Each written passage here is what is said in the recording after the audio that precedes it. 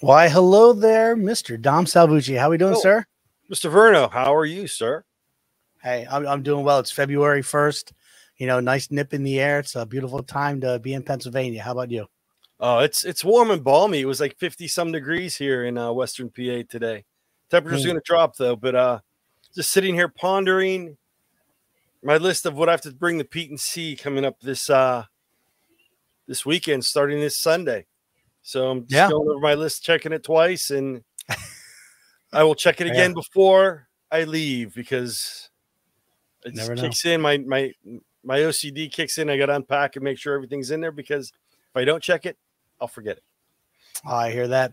Yeah, I started putting something away, and shortly after this evening, I'll be able to pack up all of our stuff so we're ready to go for our live pod. And Yep. yeah, I worked on getting my schedule together so I know about my meetings and things that I'm doing and highlighting some different sessions that we've talked about in the past. So excited for that. But also I saw the picture that Puxatawny Phil has been making his rounds today, getting his celebrity visits to the schools, and he'll be ready to roll. And we'll see what tomorrow brings. So Yes. everybody's eyes are on Pennsylvania for February 2nd.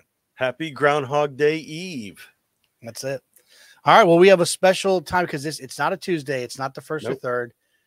We're doing I usually call it at school. I tell my students happy Friday Eve, the day before Friday. Yes. So it's a Friday Eve, and we're going to have a special pod guest to the show to talk about something special at Pete and C. Yeah, it's going to be great. We were very, very privileged to have special guest Jill Seiler with us tonight. She is the Tuesday keynote at Pete and C, and she was kind enough to come on, and she will tell us a little bit about herself and her keynote, but not too much because you got to be there to get the good details. Mm-hmm. Yeah, don't want to give everything away for free. So we'll get that conversation going. So excited to have her here. So let's kick off for the podcast of the night.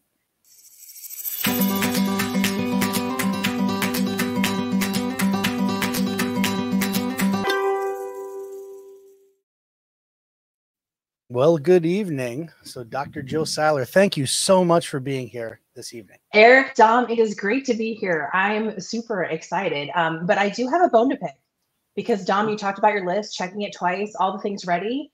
I heard that I'm supposed to have M&Ms and I have no M&Ms. Oh, slammed them right off the bat. I thought I sent them virtually. That's what happens when you rely on strictly AI without checking it.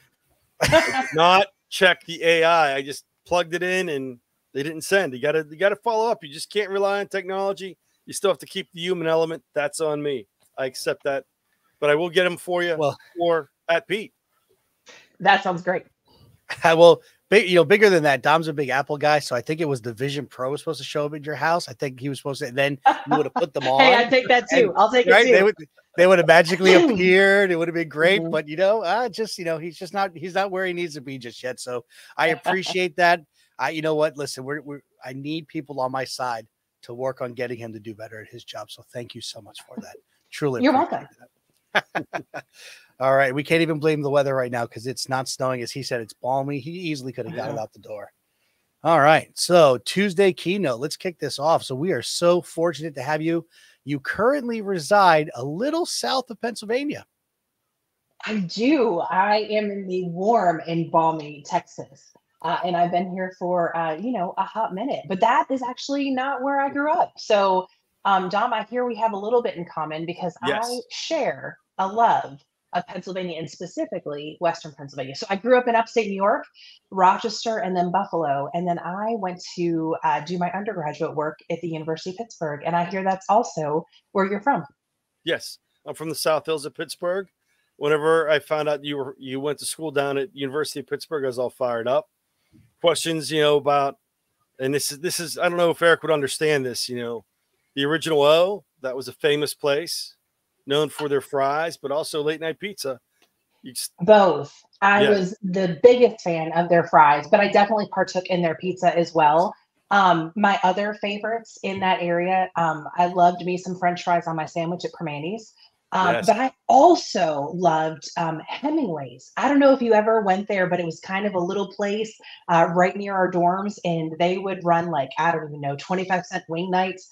And I remember coming to Texas, and the first time I went to a a different kind of wing establishment, if you will. And I saw the prices. I was like, what? Where are there 25-cent wings? And so loved me all the places that were in Pittsburgh. I never made it to Hemingway's. I'd heard about it.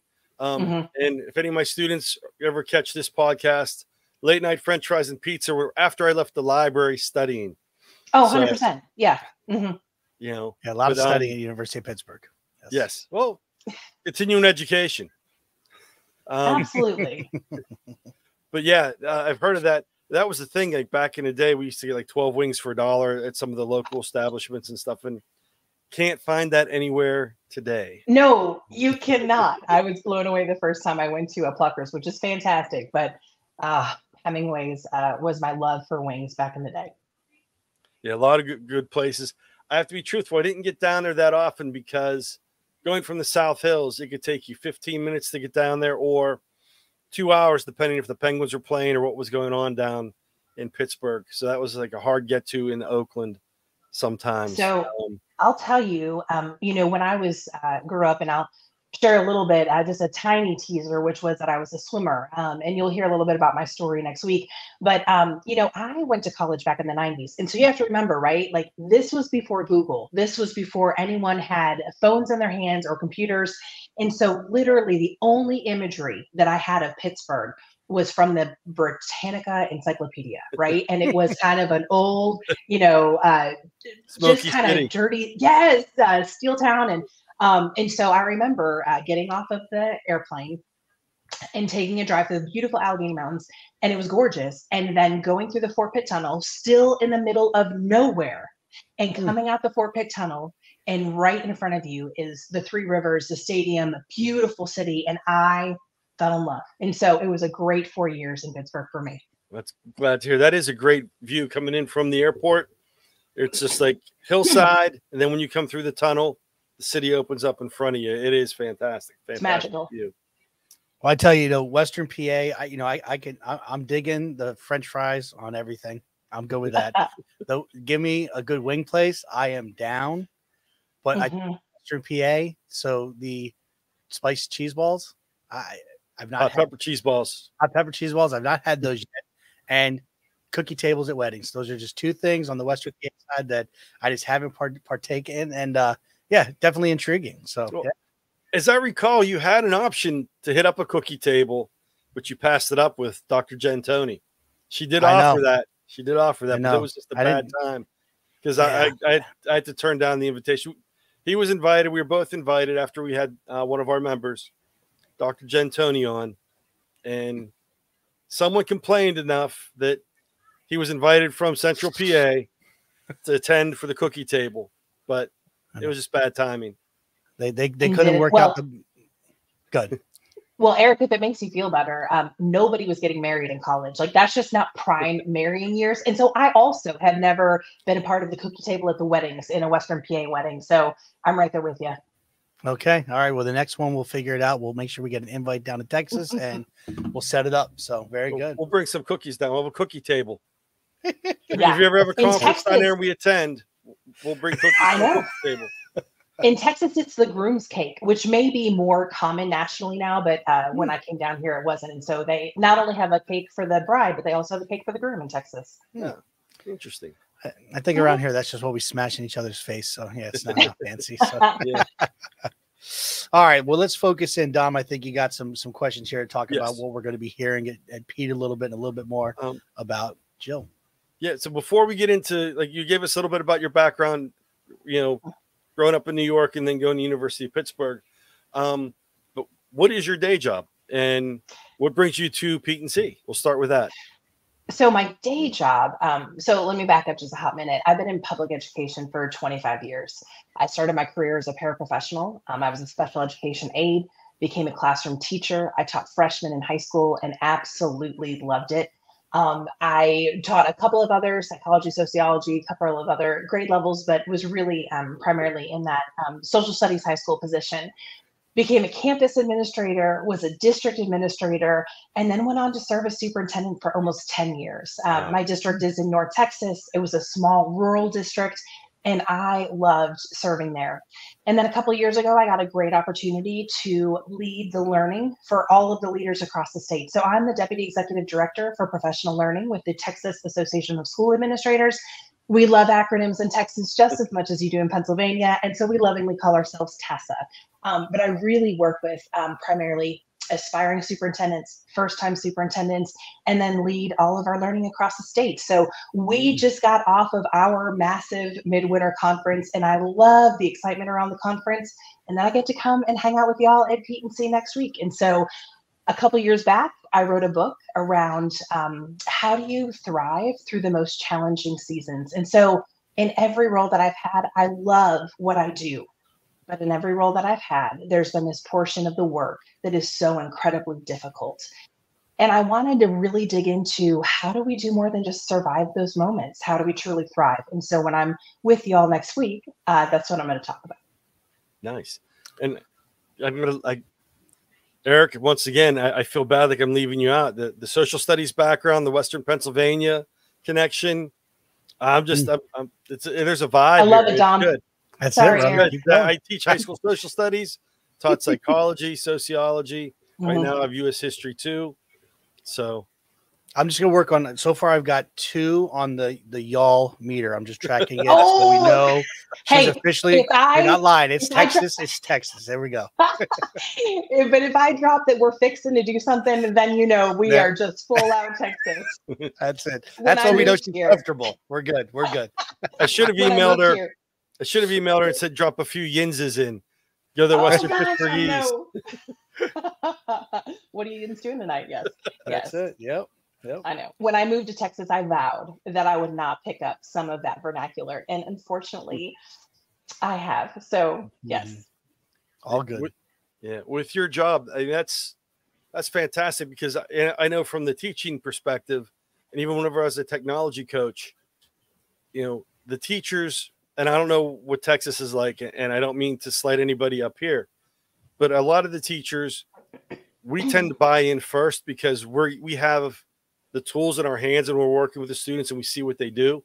And then we have to sometimes pull administrators along. There are administrators, and I know a number of them, that buy in quickly and help push things forward. But a lot of times it's a grassroots from the bottom up movement. But in your position, especially with your background, it seems like you're helping pull the administrators forward or actually getting them to push forward and lead, which sounds excellent. Yeah, and I think you brought up a really good point. Our teachers are our best advocates for best practices for students. Of course, from a leadership lens, we're always looking at it from a systemic, like how do we not just have these, islands of excellence, but really have systemic excellence in our systems. And so we're always looking to make sure, can we support that from a personnel standpoint, from a professional development standpoint, from a financial standpoint, not just to get it initially, but to make sure that we have funds to refresh so that we, consistently have good tools in our hands. But I think you're right. It is a challenge to make sure that we don't just sit in a status quo because our students, they're going to be operating in a future that we haven't even fathomed. I remember, just thinking about that whole Future Ready process. One of the things that we've done in Texas is we have a Future Ready Superintendent Leadership Network. So about 250 leaders from across the state, we come together, we visit one another's campuses, we share best practices, but trying to push each other forward to make sure that we're doing our very best to be on that cutting edge because our students deserve it. So yeah, great point with that. Yeah, I mean, that's we've just finished up a book study on AI, and that was one of the thoughts was if you're training students for jobs that are around today, especially the younger students, those jobs may not be there by the time they even get out of high school, let alone college or trade school. So we really have to prepare them for skills that, not knowing what the jobs are going to be, you have to get those skills that can transfer to any type of job.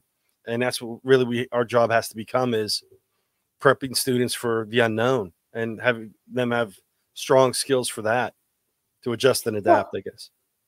And you're 100% right, but also looking at just the educational process as is, right? You brought up the notion of AI, and I remember when Google came out, just the idea that the way that we are doing school was threatened because of Google. Like we should be thinking of things differently because kids have so much access to technology at their hands.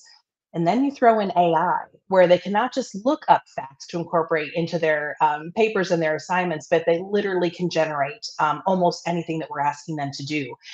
The big question used to be, how do you create assignments and assessments where critical thinking was necessary, but now we have a tool where the critical thinking is done for them.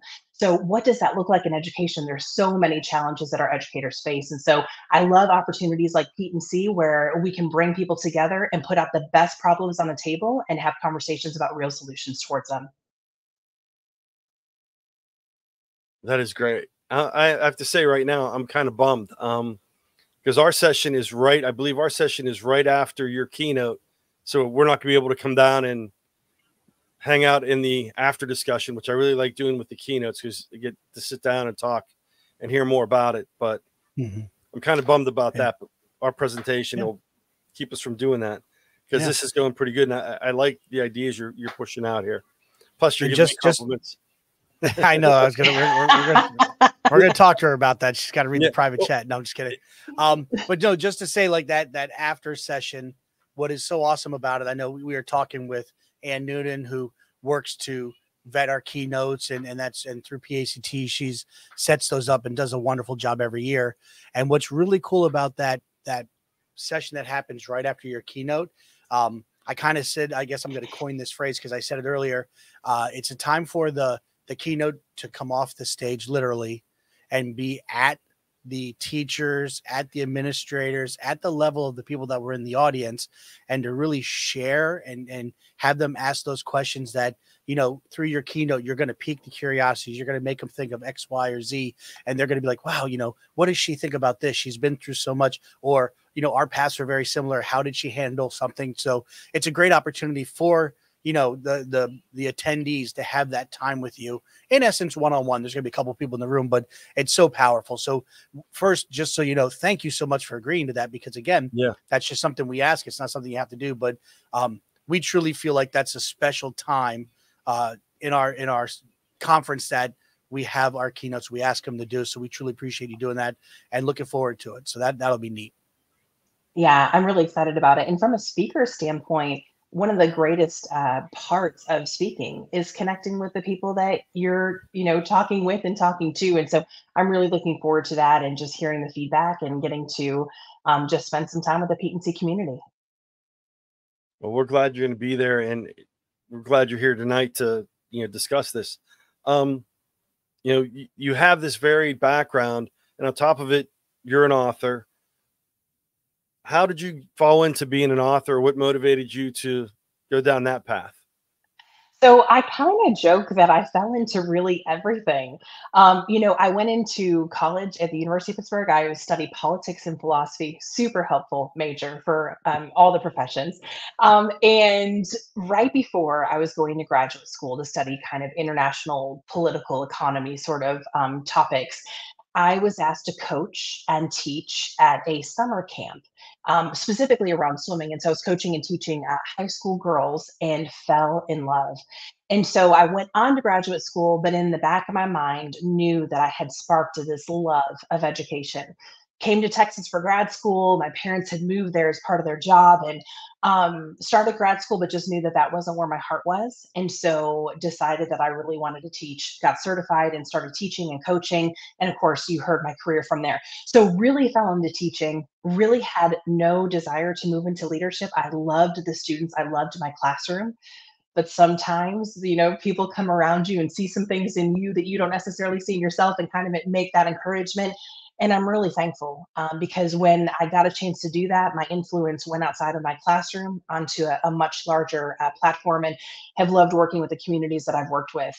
The same is true for writing. I was serving as a superintendent in the community and I loved it. My kids loved it.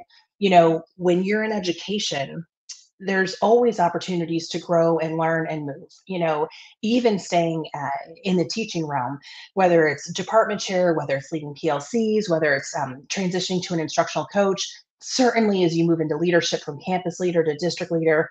But once you get to the superintendency, it's kind of like a terminal position, right? That's where you land. That's where many people retire from if they're going to be in that leadership track. And so for me, what people often do is they'll take different kinds of superintendency with different kinds of challenges, sizes, all of those things.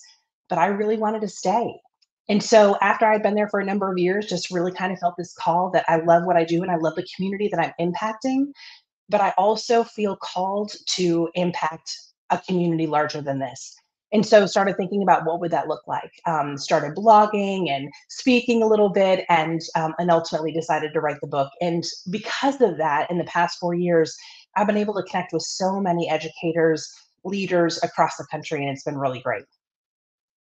Well, I did some homework, and I looked through your blog, and it was pretty neat. And I was like looking through some of the different things, and the one I came across was surprising. The surprising thing about fear. And you mentioned some other keynotes and people I've followed, and some people that have actually keynoted at Pete and C before. And my question was, how has that network encouraged, supported, or influenced you in your various career paths?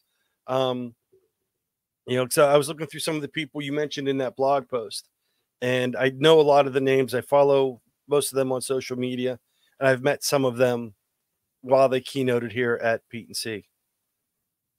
Yeah, so when I decided that I wanted to write a book, I had no idea how to do that. That had never been anything. I didn't know anyone who had published. And so one of the things that I talk about with fear is this notion that when we think about doing something that's even the tiniest bit outside of our comfort zone, there's this immediate feeling for most of us of some sort of angst, doubt, fear, all of those kind of second guessing. And we internalize that feeling is that that must be a sign that we are not ready to move forward on this thing to which we feel like we're called. And for me, that was kind of paralyzing in my journey. I would have this big thought of like, oh, wow, we could do this. And then really kind of get stuck in these feelings of angst and feel like that must be a sign. And then I recognized, right, that's not truth, right? We have to step through that and do the thing anyways, because, right, we can't eradicate the fear. It's always going to be a part of what we do. So how do we lead through it? How do we act through it in the midst of it anyways? And so one of the things that I talk about a lot is how do you just take that small step? Right. So for me, it wasn't about how do I write and publish a book and, find myself on big stages like Pete and C, which I'm super excited about. It was what is the one thing that I can do to even investigate what this would be like. So I went to social media and I looked at who is doing what I want to do, right? Certainly there's this level of people that perhaps will be inaccessible. I didn't start with John Maxwell or Brene Brown, right? Those are people that I love to emulate, but maybe not accessible to me at this point. But in my world, doing this work were people like Joe Sanfilippo, who for a long time was a superintendent at Fall Creek, had been writing and speaking and making an impact, yet still grounded in the community where he was serving. He's now retired. People like George Kuros, who had done incredible work in this area of education and innovation, but also I felt like I could probably reach out. So I made myself a list and had myself a tiny goal of just contact 10 people, cold call. I mean, I think I stalked Joe at his office at Fall Creek and just sent messages and notes and just said, hey, I would love 15 minutes of your time. And I was blown away at how gracious people were with their time, with their information. And some of those phone calls were just kind of introductory and find out a little bit about the writing process, publishing process. Some took me all the way to their contracts and what that looked like, which was such a gift to me. And so my encouragement to your listeners is whatever that is, whatever that call is, whatever that dream is, even if it's accompanied by some feelings that maybe are not the most comfortable, fear, doubt, angst, second guessing, imposter syndrome. Don't let that be the thing that stops you. Find the one small thing that you can do that will put you on the path to where you want to land and go do that. And that's how I started. Well, that's great. I know, like, the names you'd mentioned in there, they've reached out because they've had other people. I've gone in with George Kuros and some of the stuff he's done, he's put out on social media. If anybody would like back over as a tech coach, can you come in and talk to my students? And the other people have reached out and they communicate, and it's not a one way path where they just talk out. They also ask for interaction from people, and they're great reaching out. And that's fantastic. That It's it's a funny that great you support group. it's funny that you mentioned George. When the pandemic happened and everything went virtual, I released my book in September of 2020. And when I tell you there was no book tour, there was no speaking tour, like nobody was going anywhere. It was the most depressing time to, to release a book, but also maybe perhaps a divinely appointed time to release a book about how you lead in the most challenging times, right? Because that certainly was. But I remember it had to have been, gosh, maybe like January-ish of the next year. And I was on social media again, and I just saw this outpouring about people talking about George Couros in his virtual presentation. And people were just going crazy about how impactful it was. And I had, I mean, I wouldn't say I had met him at this point, but I mean, I knew who he was. Maybe he might have known who I was. And I reached out and just said, I'm really struggling on the speaking side. I just released a book. I have all these virtual events I need to do. And I just feel like I'm not connecting with the audience. And he spent an hour with me just teaching me all the tips, tricks, trades, all the things. And the next event was so much better because he was gracious with his time, and we're good friends today. And so I love our community of educators, and he's just one great example of that. Yeah, and his I think it's his brother, Alec. I know they're related. He's great too, because I've not met him, but I've interacted with him through social media, and they're great at like sharing things that go through both professionally and like important life things. It's great. Like they throw advice out, like I guess big brothers. I guess it would be a good example. Like, here, this happened to me, that happened to me. Watch out for this. This can help you out. And I know they put out a lot of good information, and it's just a great network of people, and they are very personable. Yeah, absolutely. And that's an awesome testimony too. Like, we all get nervous. I always jokingly say, like, the sign of a good person, when something occurs, you self-reflect on it, but that could turn into doubt, that could turn into fear, that could turn into other things. But the ability to push through that. And then even just the big thing that you did is you had these concerns. So you reached out, you had the 10 people at the beginning, then you had another time where you had to reload. Okay, I did that to get where I am now, but now the virtual thing, and you reached out to George, and, in that's awesome. It's so cool that the PLN that you have, the PLN that exists with PACT, you'll experience at Pete and C. It's just good people doing good things because of kids. And a lot of times we tend to hesitate, get awestruck. Oh, what, that's George, and he's got a book and he does these things. But really, in the root of it, they're doing things for kids, and that's the most common bond you can have. And just say hi and break through that. So that's awesome that you did that, and that'll be, again, encouraging to whomever's listening. But so many people that I know could really use that message of like, listen, just take that step, just ask, just wave, just say hi, and you never know where it's going to lead. So that's really cool. I like that. Great.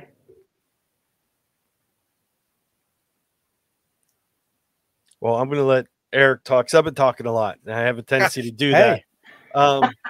Even though I don't share the emails with Eric because I don't want him to feel bad, but I get a lot of positive feedback on I'm talking a lot, but he's great. He's great.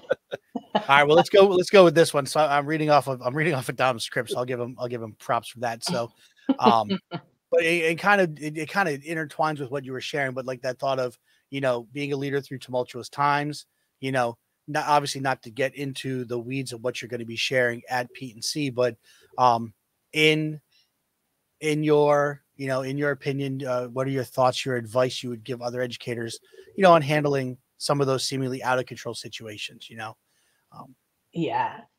So this work is hard. And it doesn't matter what role we have in the world of education. And first of all, being in the classroom today is not like it was 5 years ago, 10 years ago, certainly not 20 years ago when I was in the classroom. And I think that, it used to be where there might just be a really challenging situation, every so often, but it seems like it's becoming more and more frequent. And it's not just students. It might be parents. It might be our colleagues. It might be the leadership that we're working with. It might be outside contexts that are super challenging to work through. And so one of the things that I talk about a lot is just how we do this work matters. When I moved into a campus leadership position, district leadership position, or even the superintendency, I think the biggest concern that I had was just the what, like, am I going to know what to do in that moment, right? I'm going to have this conversation with the student about this behavior that might not be working well. And am I going to know what to say? Is this conversation going to go off the rails or whatnot? And one of the things that I learned is while the what is important, clearly we have to be experts in our content. We have to be experts in pedagogy, all of those things. It's the how we do this work that matters. And so, one of the things I'm going to talk about a lot next week is just what does that look like from a leadership perspective in terms of whether we're leading our students, whether we're leading our colleagues, whether we're leading our campus or district. What does that look like to know how we lead? Our why is there, right? We're talking about our students, but it's really how we lead that matters. I used to think that we could be kind and people would love us, or we could hold people accountable, the young people or the not so young people. But the truth is, our responsibility is to do both, to be really clear about our expectations, and then to be super supportive in all the ways that we can help people accomplish those expectations, and then to hold people accountable to do that. What does excellence look like in every single way in our system? How do we emulate that? How do we foster those expectations? And how do we ensure that we get those outcomes that we need? Because just like you said, our kids deserve it. Yeah, and that's important. A lot of people forget you can hold people accountable and still be polite and kind about it. It's not a either or. It's that combination you want to achieve. Absolutely.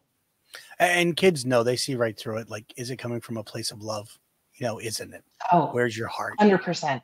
Mm-hmm. Yeah. Chokes me up just thinking about it. Well, so we don't want to take too much of your time. We don't want to give too much about, your keynote and the awesome things that you have. Mm-hmm. We know you have that started up, but one question is, how excited are you to visit the sweetest place on earth?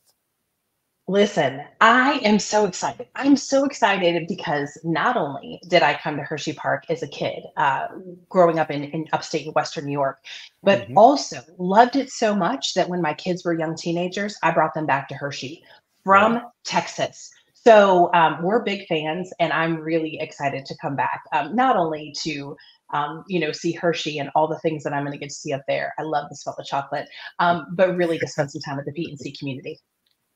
Well, that's awesome. When you're there, stop by the PACT booth. Mm-hmm. We Love are, stop by. We'll say hi and look forward to seeing you in person next week. They said I'm kind of bummed that we won't be able to do the after keynote presentation, but we appreciate you being on here with us. So it's kind of our little mini personal after session. There you go. But before you go, yes, 2 questions. First one is, what is your educational superpower? Okay. And we'll just go with that one first. We'll go one at a time. All right. Educational superpower. I'm going to go with 3 magic words. I think so often in education, we can tend to jump to conclusions. And I think my superpower would be recognizing that there's always more to the story than what we know. And so the 3 magic words are tell me more.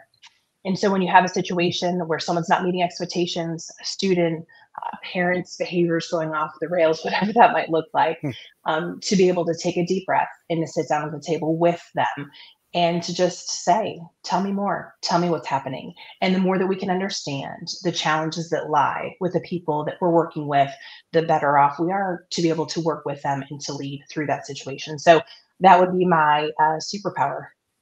Well, that's great. And that does, that just hits home, because there is, nobody likes to fail. There's usually a reason for it, and finding out what is causing that struggle is the importance. That's the first step in getting to a solution. And a lot of times people forget that. Yeah. Now the second question, I don't know if Eric wants to ask or if I can follow up. Oh, you got it, buddy. You got it. All right. If you could have any superpower, be it, movies, comic books, science fiction, what superpower would you want? So listen, I've got 2 kids, and we have grown up through the entire Disney Pixar thing. Like I've seen I used to have all the DVDs. I'm dating myself a little bit. First the VHS tapes and all the DVDs. So we've seen all the movies, all like every Marvel. I mean, you name it. But I'm gonna date myself and go back circa 1980. I don't even know, 1-ish, 2-ish. And back in the day, when I was the remote and had to change channels for the family, and cartoons only existed on Saturday morning, and we only had 3 channels, we would watch. And my favorite growing up was the Justice League. And so if I had a superpower, I'm going to go Wonder Twin powers activate, and then I can be form of whatever's needed in that situation. That is a great off the board. I didn't even think of that. And that's, wow. As a child growing up in the 70s watching those, I forgot about that. That's 100%. That's good stuff. All right. That is. Woo. Okay. All right. Well, maybe she'll slip that into the keynote somehow. We'll see. Okay. I'll see what I can do. Now you're giving me a challenge. Let's go. I will definitely get the M&Ms to Ann to get to you before the keynote. So you at least bring that up. Like, hey. Now, are they going to be virtual M&Ms, or am I actually going to get M&Ms? No, they will be. We're not doing AI. We're not doing virtual. We're doing actual physical M&Ms. Very good. I'm super excited. All right. That's awesome. And they will be fresh. They won't be something that my daughter left in the back of the truck and I found. I'm actually going to the store and buy them. Too much information. They'll be fresh. The ones I give to Verno because he complains a lot, I don't know where those are coming from. You hear about a guy getting arrested at Hershey trying to break into the plant that's Dom trying to get your M&Ms. They don't make M&Ms. Right. They do Reese's Pieces. I should probably get your Reese's Pieces because it's going to be contraband. You're made there. Bring in contraband, Dom. Look out. She knows you too well already. That is awesome. So thank you so much for taking time out of your evening to meet with us, to talk with us. And truly, thank you. Thank your family for, you taking off for a couple days and coming to visit Hershey. And we are so looking forward to seeing you next week. I can't wait. Dom, Eric, thank you so much. All right. Thank you. All right, man. What do you think? Good stuff. A great pod. It's going to be an awesome Pete and C. Can't wait for that keynote. I'm fired up over it. Okay. All right, Dom. Well, listen, it's a special interview session, a special interview night, but the PACT pod. PACT, we are the voice of EdTech in Pennsylvania and beyond. All right. Have a great evening and have a great Pete and C. Take care, everybody.